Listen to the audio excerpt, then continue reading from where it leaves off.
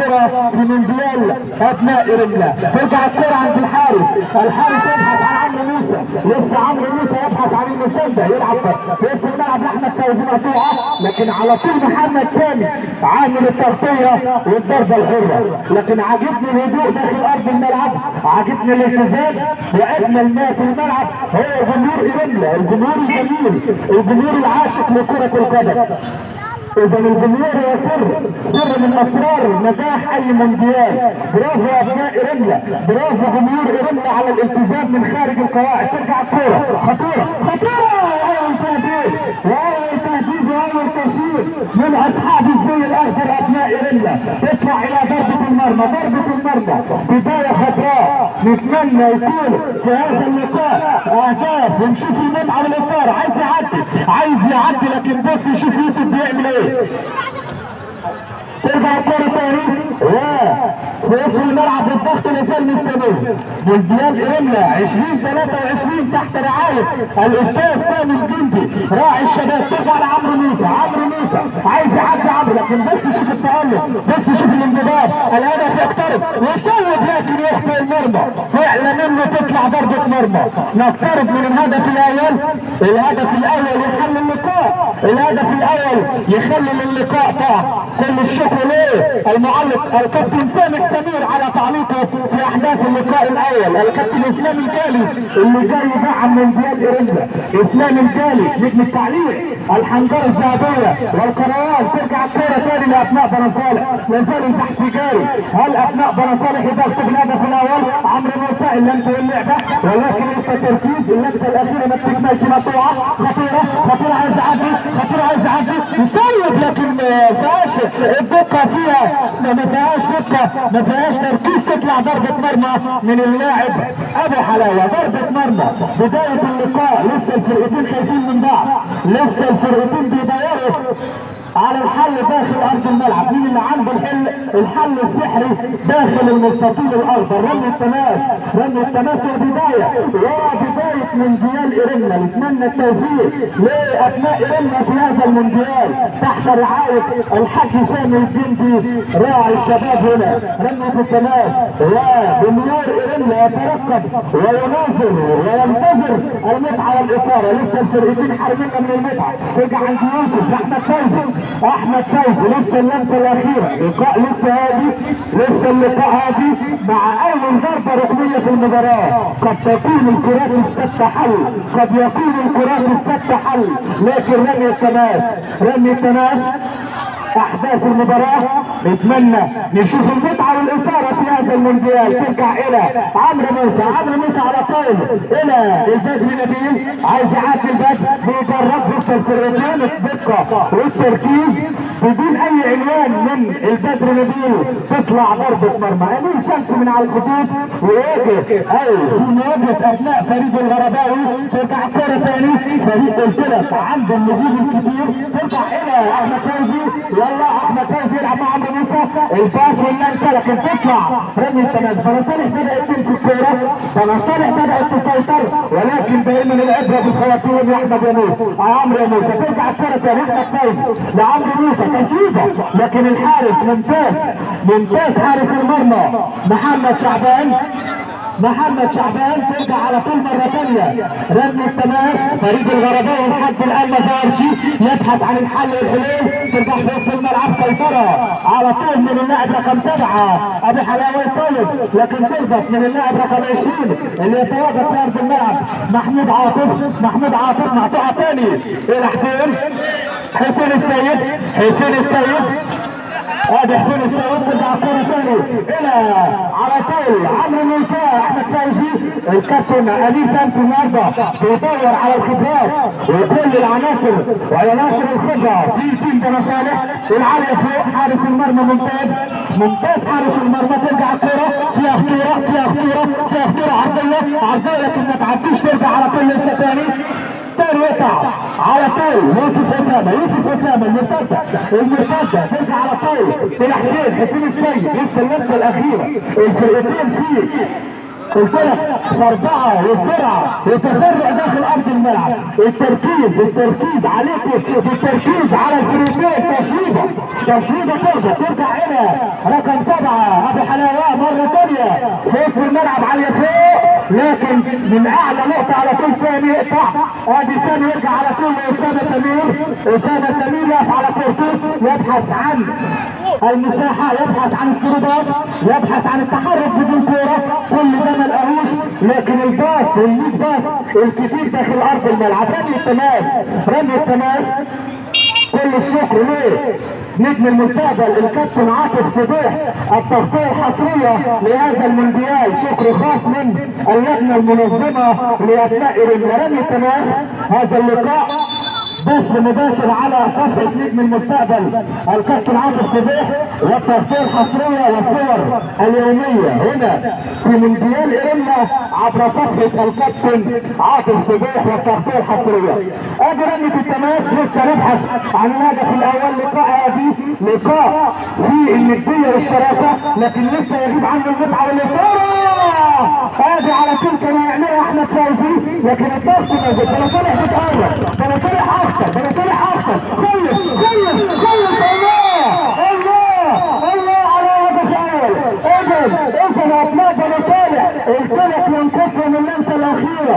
اخيرا اتى الهدف الاولاني باقدام حسين السيد، هدف جميل جدا. وبدايه قلت لك بني صالح اخطر، بني صالح افضل.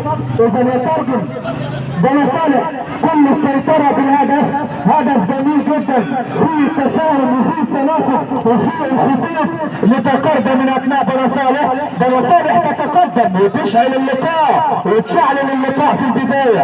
ابناء فريد الغرباوي في مواجهه ابناء بني صالح، الحلول ما زالت غائبه. ابناء فريد الغرباوي يبحثوا عن الحلول، لكن بني صالح حاضر لحد الان. احمد فوزي بالنهار عايز يعدي لكن وقت الزحمه دخل في الزحمه، مقطوعه منه، ترجع تاني الى ابو حلاوه عايز يدور. انشط لاعبي فريد الغرباوي لكن موجود على الضغط من كل مكان. عمرو موسى يضغط عليه. قلت لك لسه التفاهم والتناسق لفريق فريد الغرباوي. بني صالح بتعمل الضغط العالي وبتضغط في كل ارجاء الملعب. ترجع الكوره الى بدر النبيل ويلعب الى عمرو موسى. يلا يا عمرو مشيها بسرعه. عمرو موسى يلعب على طول احمد فوزي. الباس على الارض عند يوسف، خطيره. ادي الكره اللي على الارض مفيش اجمل منها. ترجع الكره تاني خطيره على كورته، يستنى وينتظر، لسه بيفكر مقطوعه تاني المرتده. فيها هجمه مرتده خطيره، لكن اللمسه بتكلم على الميس باص واللمسه الاخيره. احمد فوزي يرجع يعمل العمق الدفاعي، ترجع الى عمرو موسى. يلا يا عمرو، واحد على واحد، عند المهاره، عند الجوكر، وعند السرعه. يا عمرو لكن بيتاخر ويطلع حارس المرمى ينقذ الموقف وتطلع الى الضربه الركنيه. الكابتن اسلام الجالي لو سمح يحضر عند الاذاعه. رمي التماس، ادي العاليه فوق واحداث الشوط الاولاني. تقدم بني صالح هنا في مونديال ايرانيا. احداث اللقاء، لسه اللقاء مخدر كتير، لمسه يد. ادي البيكاسو حكم كبير جدا من افضل حكام الساحه هنا. بيكاسو لاعب النادي الاهلي السابق، بيكاسو اللي كان ملوش حظ لولا الاصابات. كنا نشوف بيكاسو مع البقيه مع نجفت ورمضان صبحي. جيل بيكاسو الجيل اللي دلوقتي متواجد على الساحه. ترجع الكره ثاني لابناء فريق الغرباوي، لكن لسه اللمسه الاخيره. بني صالح مركزه في النواحي الدفاعيه وعايزه تحافظ على الهدف، عايزه تحافظ على التقدم. ترجع الكره ثاني حذاري تصويبه، لكن تربط. لسه الضغط لا زال مستمر. بداوا يضغطوا، بداوا يقربوا. هيصوب بيأخر تصويبه، لكن بص التصويبه ضعيفه جدا ما تعديش. في الخطا خطيره. لا كل ده كتير يا راجل. ترجع الكره ثاني. اخطاء دفاعات بني صالح حتى مرتده خطيره. ترجع الى عمرو موسى. بس شوف المهاره عمرو موسى وغير اللعبه على طول. بدر نبيل اللمسه واللعبه عند حسين حارس المرمى اللي يطلع يعمل التغطيه بكسر ممتاز مقارب من كل كوره بكسر. ترجع الكوره ثاني ولا زال الضغط موجود. فريد الغرباوي دخل في اللقاء، لسه الكوره لا زالت حائره. لقاء كبير جدا. ترجع لاحمد فوزي، خطيره. احمد فوزي بالنهار عدى هيكون هدف عالمي. خطيره لسه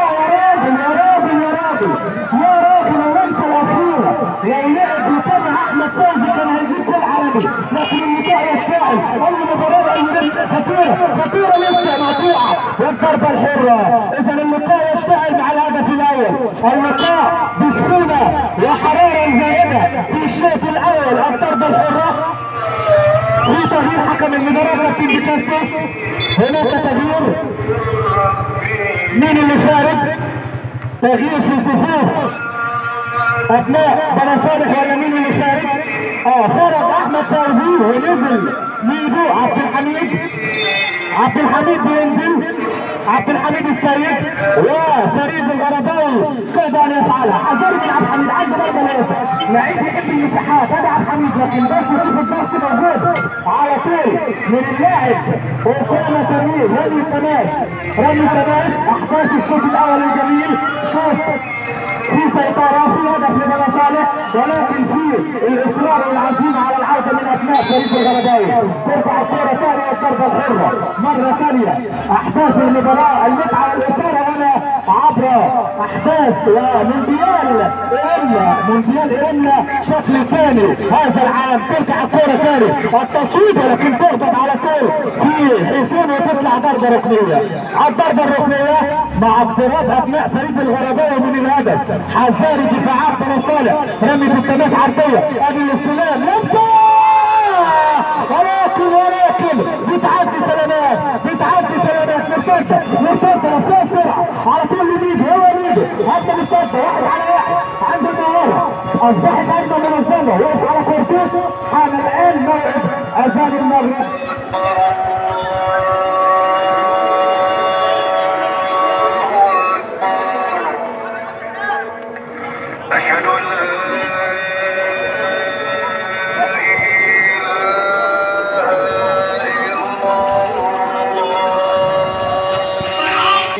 راعي الشباب والرياضة في مركز بلبيس الحاج سامي الجندي. بني صالح الاخضر امام الطفاط ابناء فريد والغرباوي البرتقالي في مهمة ساعة اليوم امام المتمرس على الملاعب الترابية. بالتأكيد واحد لا شيء هو نتيجة الشوط الاول. طبعا شوط اول جميل، ادي كرة على طول تاني حسين لكن مقطوع. عجبني واقف جدا الولد ده، ادي التمرير حلاوة، واحدة مافيا ولا ايه؟ لكن الباص هتضيع هتستقبل. هو ده اللي احنا شفناه من فريق الغرباء بكل تأكيد. يرجع تاني على طول التمريرة على طول عند يوسف اسامه يلعب لحسين يلعب كورته تاني، تنزل تاني عند يوسف على طول ينزل تاني على طول. دخلنا في الجد كده على طول، ربع ساعة اشغال كروية شاقة. اكون او لا اكون، المباراة بعنوان اكون او لا اكون، الهزيمة والمكسب مجد وانتصار في مباراة صعبة اليوم بكل تأكيد. يرجع تاني ضربة مرمى لأبناء فريق الغرباوي اللي ضيع كتير.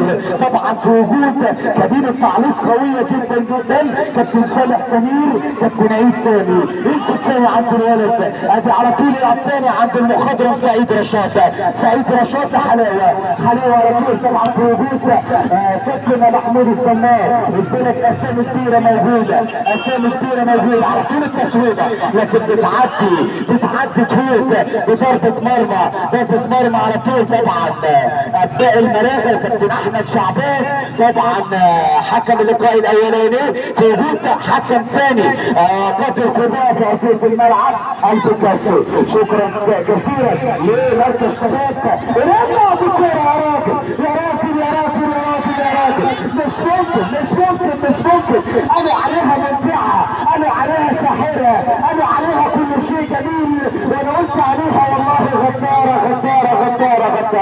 ايه هتضيع هتستقبل. ابناء فريق ضيعت كتير. يرجع تاني على طول الاخضر والبحث عن هدف الاطمئنان والهدف الثاني والخلاص بالنسبة لابناء بني صالح. متمرس على الملاعب الترابية. اما البرتقالي ابناء فريق الغرباوي يعني توالي في تضييع الفرص. اكيد هتتعاقب. يرجع تاني على طول. محمد رسول الله، حي على الصلاة حي على الفلاح، إقامة الصلاة قد قامت الصلاة. الله أكبر.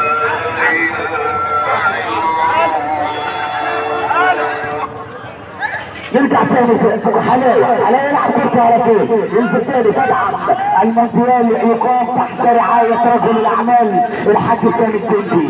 ضربة مرمى و6 امتار لعباء بن صالح، عباء بن صالح وضربة المرمى يلعب على طول. ينزل تاني عند الولد البدري نبيل، البدري نبيل يلعب كورته. تنزل تاني عند الرقم 11 يا عقور يا عقور. تنزل تاني الكوره على طول تاني التمرير على طول.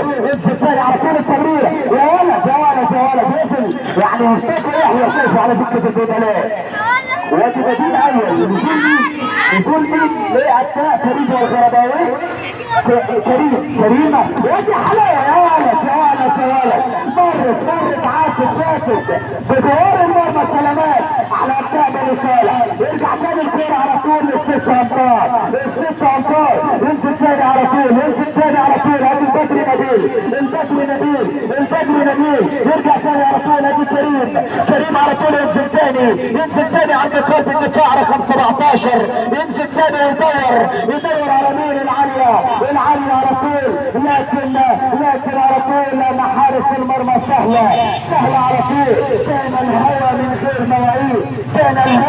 غير مواعيد. جمهور إلمنا كل يوم حلاوة تزيد. شوف جمهور إلمنا وحلاوة جمهور إلمنا في البدايات يا صديقي، في البدايات يا عزيزي. طبعا قلت لك كبير التعليق والدجاجة بالنجوم كابتن عيد سامي ابن مراد الكبرى وكابتن سامح سمير ابن البلاشين. ينزل تاني على طول في حضرة ضيافة مركز شباب إرميا وبالتحديد رئيس مركز شباب إرميا الكاهل الكابتن عبد المنعم البس والكابتن سيد عاطف. ينزل تاني على طول ومعاها ضربة ركنية.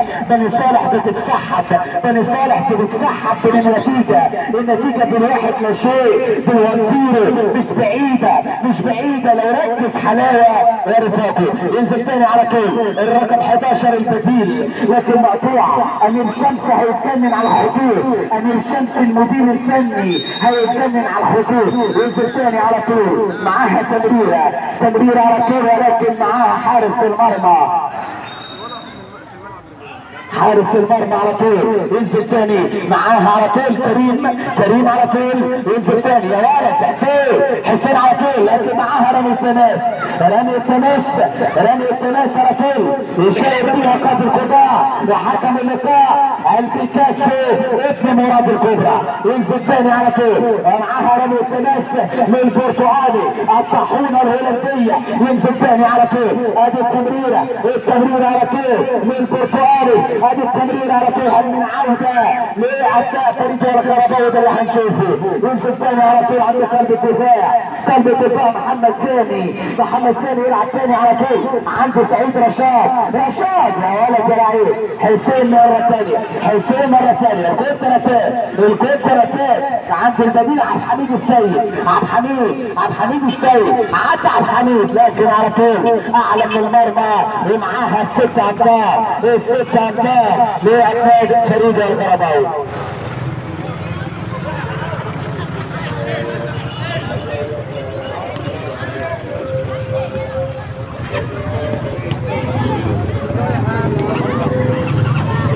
طبعا بنرحب باكاديميه اوفسايد لتعليم كره القدم للكابتن احمد العمراوي والكابتن محمد العمراوي. طبعا بنرحب بكل الساده الحضور. طبعا ده بلدهم ومكانهم بكل تاكيد كابتن محمد العمراوي وكابتن احمد العمراوي. ينزل تاني على طول كابتن احمد عراب.